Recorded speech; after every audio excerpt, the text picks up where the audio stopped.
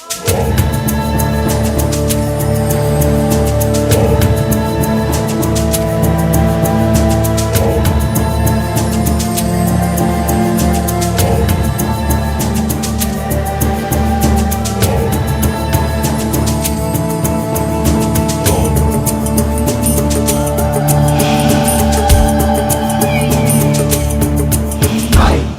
book is a story about going out to Kenya, being in Kenya, in this very unique place. I mean, there's nowhere in the world like this, I mean, there may be, but it's a very unusual place to have this combination of, just rural Africa and then all these athletes, thousands of athletes, I mean, literally thousands of athletes.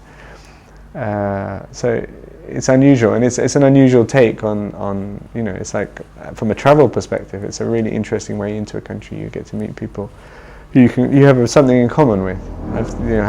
We shared this running, even though we came from two different worlds. But at the same time, the book is also an investigation into why Kenyan runners are so good. I mean, that was a question I didn't set out there. That wasn't the main drive of the whole trip, but that's a question. Whenever I tell people about the book, it's one of the first things people ask me is, why are they so good? And it was a question I had, and it was a question through the course of the book. I was constantly aware of trying to work this out, and there are hundreds of factors, and some are more relevant than others. So I think it's a story of someone it's a story of this team running this amazing race, and it's a story of why Kenyan runners are so good. Okay, here we go. First run in Kenya. Here we go.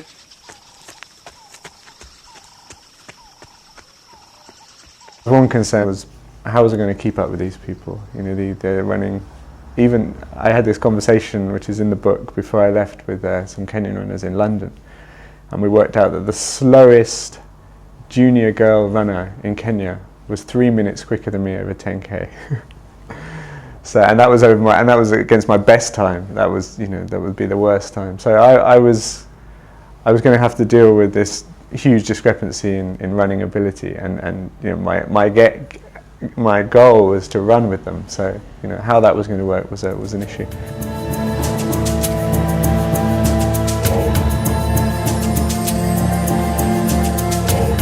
It's the Lema Marathon. It's quite famous in running circles. I think it's been going for about 10 years now, and it actually runs across a wildlife conservancy, which is a huge area of land, like 500,000 acres of land, where the animals just roam free, and we're talking lions, cheetahs, elephants, buffalo, rhino. The race is run just out there. It's a marathon, so you cover a lot of ground. It's very hot there. It's I think it was about 32, 33 degrees by the end of the race. It's very dry, dusty, so that you're running on dirt tracks. So you're running on soft ground, which just pulverizes the legs. And it's at high altitude. It's at 5,500 feet. So the air's thin, makes it harder to breathe.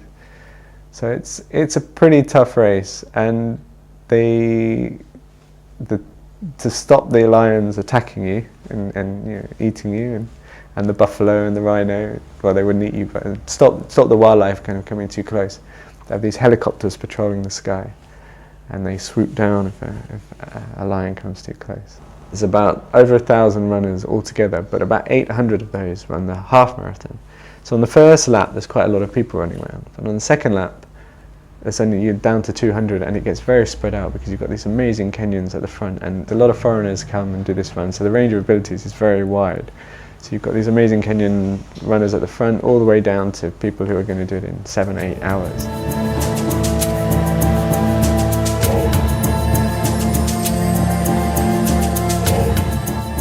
The guy who came up with the theory of barefoot running came up with this theory through studying Kenyan athletes. And so I thought, well, I'm going to Kenya. If this is how the Kenyans run, I just basically want to do everything they're doing. So I need to learn about this, because the fact is they do run barefoot when they're children, because they have no choice, because they don't have running shoes. And it's this running barefoot that gives them this amazing running form. Because when you're running barefoot, you've got to be light on your feet, because you're kind of pounding the ground. You're just going to hurt your feet, you're going to hurt your legs. So you learn to run in this very light way. And also there's this big issue about, there's the big distinction between barefoot running, which is not necessarily barefoot, but between this whole theory of barefoot running and non-barefoot running is about whether you hit the ground with your heel first or whether you land on your forefoot or your midfoot. And when you're running barefoot, you can't hit the ground with your heel first. It's just too painful. Your body just won't let you do it. So all the Kenyans are running in this lovely way. And we grew up in this country wearing padded shoes, not just for running, but for walking. So there's this great coach in Kenya. He's the coach of some world record holders. He's an old Irish priest called Brother Colum. And he's hugely popular out there. And everyone calls him the godfather of Kenyan running. But he talks about how Kenyans have this relationship with the earth through not wearing shoes, and they understand the ground, they understand how to land, and we don't. He said we don't have that. When we put shoes on children, we're kind of teaching them the ground, and we need to be protected from it. And I have the shoes on. These are barefoot running shoes, and I didn't wear them at all in Kenya. But in the few months before I went to Kenya, I wore these shoes because they act like bare feet, but my feet are just not strong enough to run barefoot. I don't. The soles of my feet are too soft and delicate. Mo Farah, a few years ago, he was at that time the #1 British runner, and he went to stay with some Kenyans in Teddington. They have a house in southwest London, and he spent, I don't know how long he spent there, but something like 6 months living in that house, training with them.